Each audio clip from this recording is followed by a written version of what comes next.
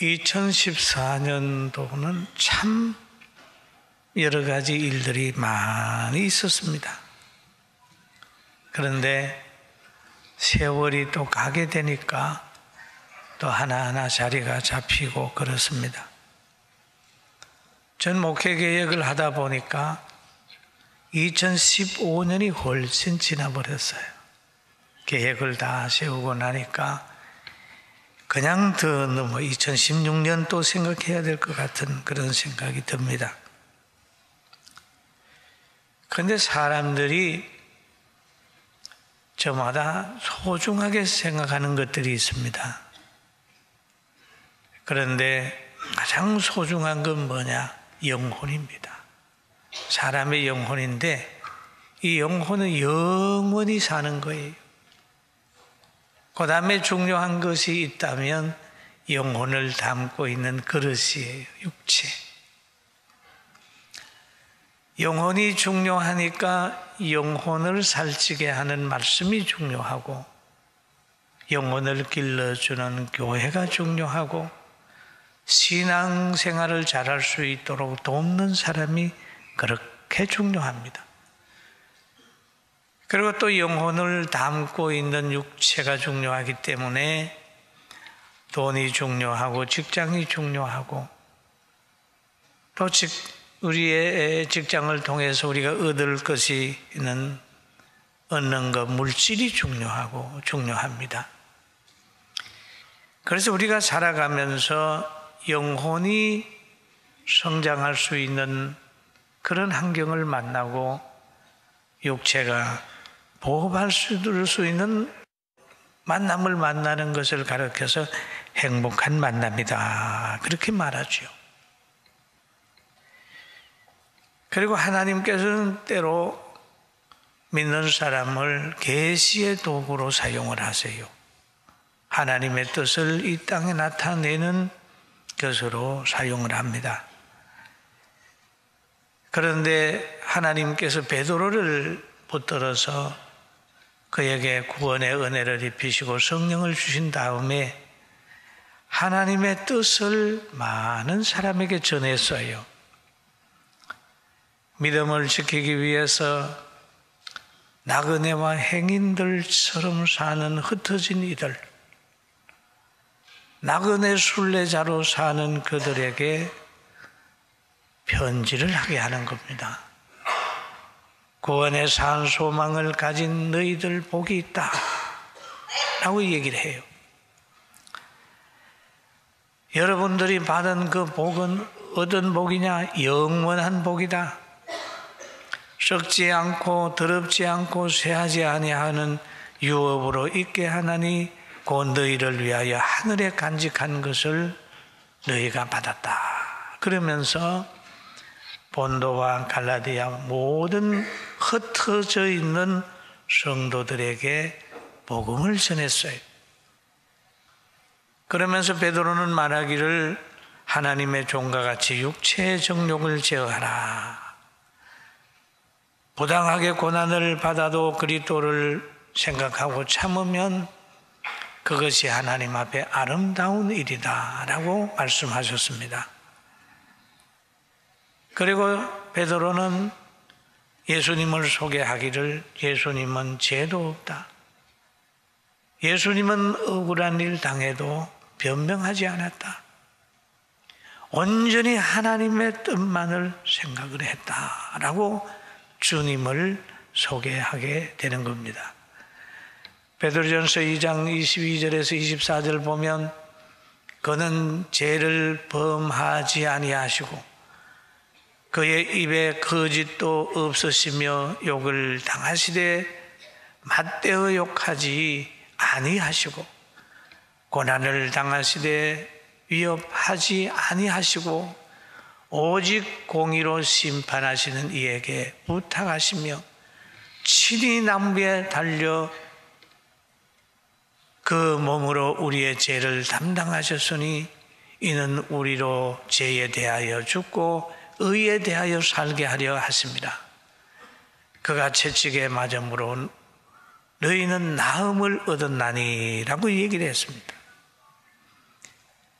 너희가 억울한 일을 당하고 어려운 일을 당할 때에 친히 원수를 갚는 것이 아니라 공의의 심판하시는 이에게 부탁하시며 라고 그랬어요. 공의의 심판하시는 하나님께 다 맡기는 거예요. 친히 원수를 갚지 않고 하나님께 맡겼어요. 누가? 예수님이 그랬다는 거죠. 하나님의 풍성한 사랑과 그리스도 안에서 온전한 희생이 있었음에도 구원받은 사람들은 그것을 너무너무 모르고 있다. 다 양 같아서 무릇채 갈 길을 가면서 그리스도의 그 뜨거운 사랑을 깨닫지 못하고 사는 사람이 있다고 성경에 기록이 되어 있어요. 베드로 사도는 베드로전서 2장 25절에 말하기를 너희가 전에는 양과 같이 길을 잃었더니 이제는 너희 영혼의 목자와 감독 되신 이에게 돌아왔느니라 라고 얘기를 하죠. 그러면 돌아왔느니라. 그럼 돌아온 상태의 삶이 뭐냐? 신앙을 지키기 위하여 고향을 떠나고 나그네와 행인처럼 저 땅굴을 파고 또는 벽에다가 집을 만들어 가지고 살아가는 그 모습, 그걸 보면서 너희 영혼이 목자에게 돌아왔다 그랬습니다. 사랑하는 성도 여러분, 우리도 지금 영혼의 목자에게 돌아왔어요. 할렐루야. 그러니까 예배 드리는 거예요. 영혼의 목자에게 돌아왔어요. 영혼의 목자에게 돌아온 성도들에게 바울 사도는 말합니다. 또 베드로 사도도 말했습니다. 아내들이여 라고 하는 얘기를 하죠. 그러면서 제일 먼저 가정이 회복돼야 된다.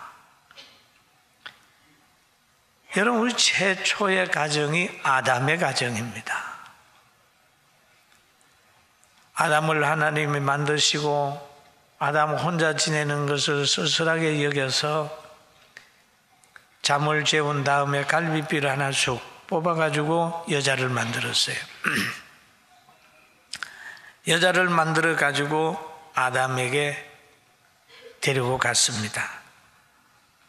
데리고 가니 아담이 그 여인을 보고 감격한 거예요. 아담이 이르되 이는 내 뼈 중에 뼈요 살 중에 살이라. 참 멋있던 말이죠. 한번 우리 같이 해볼까요? 뼈 중에 뼈요 살 중에 살이라. 뼈 가운데 가장 소중한 뼈가 아내요. 남자에게는 살 중에 가장 소중한 살이 아내예요. 참 이 아담이 아주 가슴 설레이는 고백을 했어요. 이것은 남자에게서 지하여 선적 여자나 부르리라 하니라. 이러므로 남자가 부모를 떠나 그 아내와 합하여 둘이 한 몸을 이룰지로다. 아담과 그 아내 두 사람이 벌거벗었으나 부끄러워 아니하니라. 그럼 부부는 비밀이 없어야 됩니다. 벌거벗었으나 부끄러워 아니하니라. 이게 부부예요. 이들은 아주 행복하게 살았어요. 아담이 하와를 사랑하고 살았어요. 돈 없는 배필로 열심히 살았는데 어느 날 뱀이 찾아옵니다. 하와에게 그러는 거예요. 하나님에 대한 좋지 않은 얘기를 하면서 하나님의 말씀을 거역하게 만듭니다. 선악과를 하나님이 먹지 말라고 했는데 선악과를 먹었어요. 뱀의 지식이 아담과 하와를 지배하고 말았습니다. 그래서 하나님의 축복의 땅, 부부가 행복하게 살았던 그 에덴 동산에서 쫓겨나오게 된 거예요. 낙원을 잊어버렸습니다. 창세기 3장 17절 18절에 같이 한번 봅니다. 아담에게 이르되 너가 내 아내의 말을 듣고 내가 내 먹지 말라 한 나무의 열매를 먹었은즉 땅이 너로 말미암아 저주를 받고 너는 내 평생에 수고하여야 그 소산을 먹으리라. 땅이 내게 가시덤불과 웅큰 키를 낼 것이라. 내가 먹을 것을 받아 채소인즉 내가 흙으로 돌아갈 때까지 얼굴에 땀을 흘려야 먹을 것을 먹으리니 내가 그것을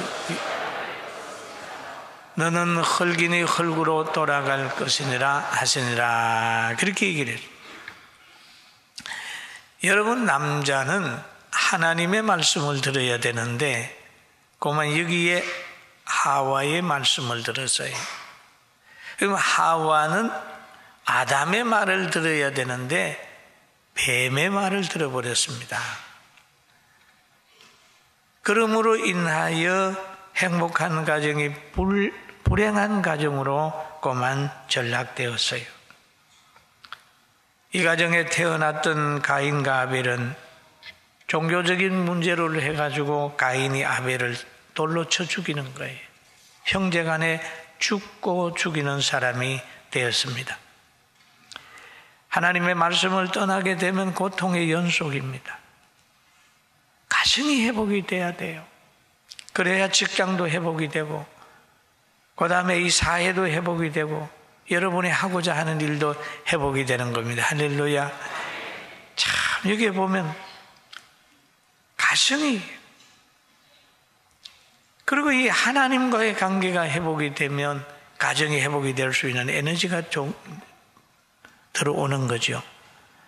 부부관계도 회복이 되어야 좋은 부부가 되고 좋은 자녀가 될 수 있기 때문에 베드로는 그 흩어져 있는 그들을 향하여 부부간에 회복시키기 위하여 아내들에게 먼저 얘기를 하고 그 다음에 또 남자들에게도 얘기를 하는 거예요.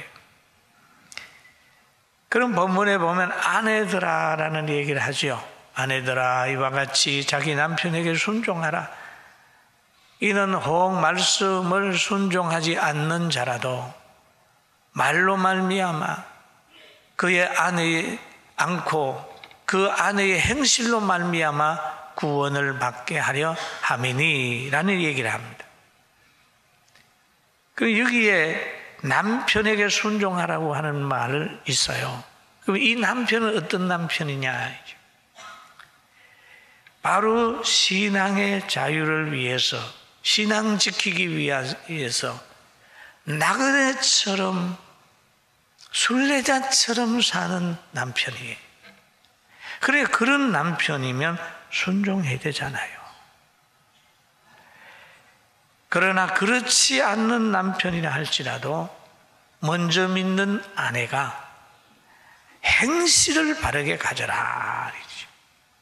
말로 자꾸 하지 말고 행실을 바르게 가져라.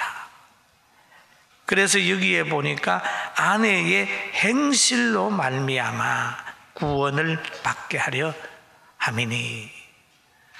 여러분, 말 줄이고 행실 똑바로 하면 가정이 바뀌어요. 아멘. 네, 바뀌는 거예요. 자꾸 말로 길들이려고 그러니까 열받는 거지. 정말 가슴 속에 있는 진정한 사랑 가지고 행실을 온전히 하면 아내들이, 남편들이 변화받는 거예요. 이 소신자를 보면은 나그네 행인같이 살면서 하나님 믿는 남편들이, 그리고 영혼의 목자 되신 예수님께 돌아온 남편들이, 그런 남편들에게는 온전히 순종해야 되죠. 혹 믿지 않는 남편도 아내의 선한 행실로 말미암아 믿음을 가져야 한다, 그런 말이 있습니다. 또 남편이 믿음을 키우려 하는 방법, 우리는 이 본문 속에서 깊이 교훈을 받아야 됩니다. 하나님은 또 여기에서 베드로를 통해 또 하나 깨닫게 하는 게 있습니다. 사라에 대한 이야기를 하지요. 사라를 봐라. 흩어진 여러분이여 사라를 보세요. 베드로전서 3장 6절에 보니까 사라가 아브라함을 주라 칭하여 순종한 것 같이 너희는 선을 행하고 아무 두려운 일에도 놀라지 아니하며 그의 딸이 된 것이니라 라는 얘기를 합니다. 아브라함은 하나님이 창세기 12장에 본토 친척 아비집을 떠나 내가 내게 지시할 땅으로 가라 그랬단 말이에요. 그래서 가는 과정 속에서 애굽에 가게 되는 겁니다. 애굽에 이제 들어가게 되니까 아브라함이 생각을 하는 거예요. 부인이 너무 예쁘니까 이 애굽에 들어갔다가 혹시 애굽 왕이 부인을 자기 안에 삼기 위하여 자기를 죽이면 어떻게 하나라는 고민을 하는 거예요. 그래서 부인 보고 그러는 겁니다. 여보, 당신은 참 예쁘다. 그러니까 혹시 당신을 차지하기 위하여 나를 죽이면 어떠나? 안 되니까 당신 나의 누이라고 그래라. 우리 부부가 아니라고 그래라. 창세기 12장 13절에 있는 얘기죠. 한번 읽어봅니다. 원컨대 그대는 나의 누이라 하라. 그러면 내가 그대로 말미암아 안전하고 내 목숨이 그대로 말미암아 보존되리라 하니라. 그렇게 얘기를 했어요. 아브라함의 예상대로 그의 미모가 애굽 사람들에게 알려져서 애굽의 고관들이 칭찬을 하게 되는 겁니다. 야, 이쁘다. 그랬더니 바로도 관심이 있었어요. 그래가지고 그 여인을 왕궁으로 들어오는 겁니다. 불러들이는 거예요. 그러면서 바로가 너무너무 기분이 좋아가지고 미인 얻었다고 하는 설레임 때문에 그냥 아브라함을 후대하는 겁니다. 후대를 하는데 창세기 12장 16절에 나타났어요. 아브라함을 후대함으로 아브라함이 양과 소와 노비와 암수 나귀와 이런 것들을 많이 줬어요. 낙타를 줬어요. 그래 아브라함은 빈손 들고 나왔다가 졸지에 부자가 됐어요. 그런데 하나님께서 사라가 바로의 왕궁에 들어감으로 인하여 그 왕궁에 재앙을 내린 거예요. 그러니 바로가 아브라함의 아내 사라를 아내로 삼지 못했어요. 그래가 재앙이 내려오니까 깜짝 놀랐어요. 그래가지고 다시 사라를 아브라함의 아내로 내보내지 않습니까? 야, 너 아내를 왜 아내가 아니라고 그러냐? 그럼 내보내요. 돈을 다 뺏었을까요? 낙이 내나? 양 내나? 손해나? 그런 게 아니고 그것까지 다 가지고 가. 하나님이 간섭하니까 다 아브라함의 것이 된 겁니다. 바로 이 사라는 하나님과의 관계를 통해서 하나님의 보호를 받고 그는 남편을 살리기 위해서 수모를 감수하고 있는 그런 여인이었어요. 그래서 오늘 이 베드로는 사라를 얘기를 한 거예요. 또 시편 14편 1절에 보면 지혜로운 여인은 자기 집을 세우되 미련한 여인은 자기 손으로 그것을 허느니라. 여러분, 집을 세우고 흐는 실력이 누구에게 있느냐? 여인에게 있다는 거예요. 굉장히 중요한 게 어머니, 아내. 집을 세우는 능력이 있다. 그런데 때로는 여인으로 통해서 타락도 왔지만 여인으로 통해서 회복도 되는 거예요. 아담이 타락할 때 여인의 통로를 통해서 타락이 됐다. 그러나 오늘 이 본문에도 보니까 남자를 회복시킬 때도 여인을 들어서 회복을 시킵니다.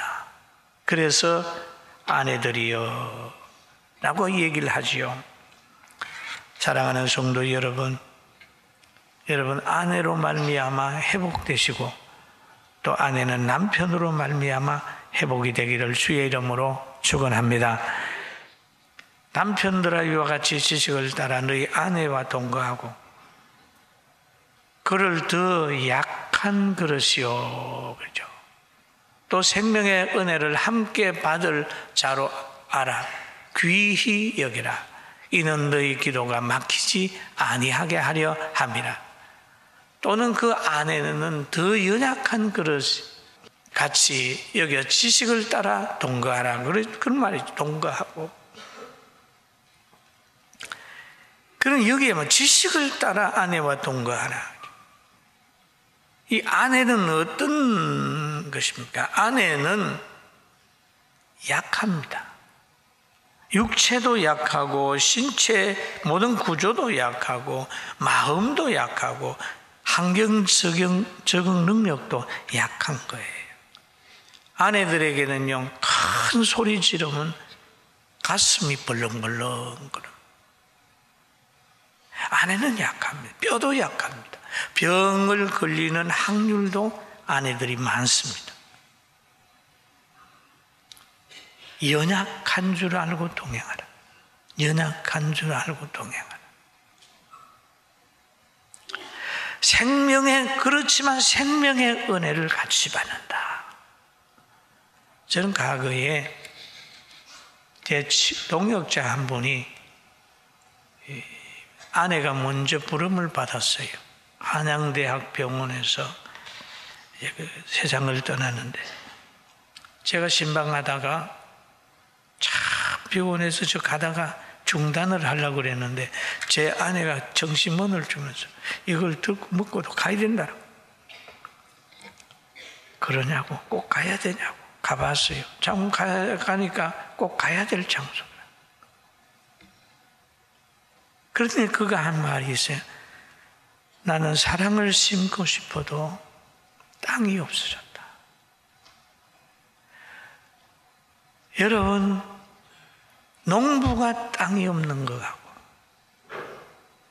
남자가 아내가 없는 것은 굉장한 괴로움입니다. 그래서 눈물을 뚝뚝 흘리는 것을 보았습니다. 아내는 소중한 것. 아내로 인하여 자녀가 태어나고 아내로 인하여 행복이 오는 거예요. 그래서 여기에 오늘 남편들에게 하는 말이 귀히 여기라, 귀히 여기라. 그리고 이 최초의 고백한 그 말 있잖아요. 아담이 최초에 타락하기 전에 고백한 말이 있어요. 뼈 중에 뼈요, 살 중에 살이라. 뼈 중에 뼈요, 살 중에 살이라. 이 말을 항상 남편이 아내에게 할 수 있다면 그 가정이야말로 행복한 가정이 됩니다. 할렐루야. 아멘. 그렇게 해야 하나님과의 관계에서 기도가 막히지 아니한다. 아내 학대하면서 무슨 기도를 하느냐? 아내는 소중한 그릇이다. 약한 그릇이다. 생명의 기업을 같이 받을 사람이다. 여러분, 한 해를 보내고 한 해를 맞이하면서 마지막 주간에 이렇게 말하는 것은 가정이라고 하는 게 회복이 돼야 된다. 여러분, 부부간과 가족관계를 돌아보고 회복을 해야 되는데 이 회복이 어디에서 회복이 되겠습니까? 서로 잘해서 회복이 되겠습니까? 그 회복해 하는 능력은 하나님께 있습니다. 할렐루야. 성령을 받아야 회복해지는 거예요. 주 안에서 회복이 되는 거예요. 왜냐하면 사람에게는 남을 돌볼 수 있는 사랑의 에너지가 없어요. 그러나 사랑이신 하나님과 접하게 되면 자기도 사랑하게 되고 가족도 사랑하게 되고 이웃도 사랑하게 되고 원수도 사랑할 정도의 넉넉함이 있습니다. 할렐루야. 아멘. 그리고 하나님과의 관계가 잘 맺어지면 두 번째로 사람의 관계가 잘 맺어집니다. 하나님과의 관계가 딱 맺어지 보세요. 거기엔 사랑이 생깁니다. 이웃을 내 몸같이 여깁니다. 또 이웃을 내 몸처럼 사랑합니다. 겸손합니다. 온유합니다. 남을 나보다 낫게 여기는 거예요. 그렇게 될 때에 인간관계가 회복이 돼요. 인간관계가 회복이 되면 물질관계가 물질적으로 회복이 됩니다. 할렐루야. 인간관계 속에서 물질이 돌고 도는 거 아니겠어요? 그러면서 그게 행복이 오는 거예요. 사랑하는 성도 여러분, 무엇보다도 큰 성공보다도 여러분 자신이 하나님 앞에 바로 서고 가정을 잘 시켜서 회복된 가정에서 좋은 집사님으로, 좋은 건설로, 좋은 직분자로 세상에 나가는 빛 되고 가정에서는 온 가정이 심령천국 이루면서 행복하기를 주님의 이름으로 축원합니다. 그렇게 될 때 모래 언덕 넘어 반석으로 가는 그런 길을 찾아갈 수 있다는 사실 믿게 되길 주의 이름으로 축원합니다.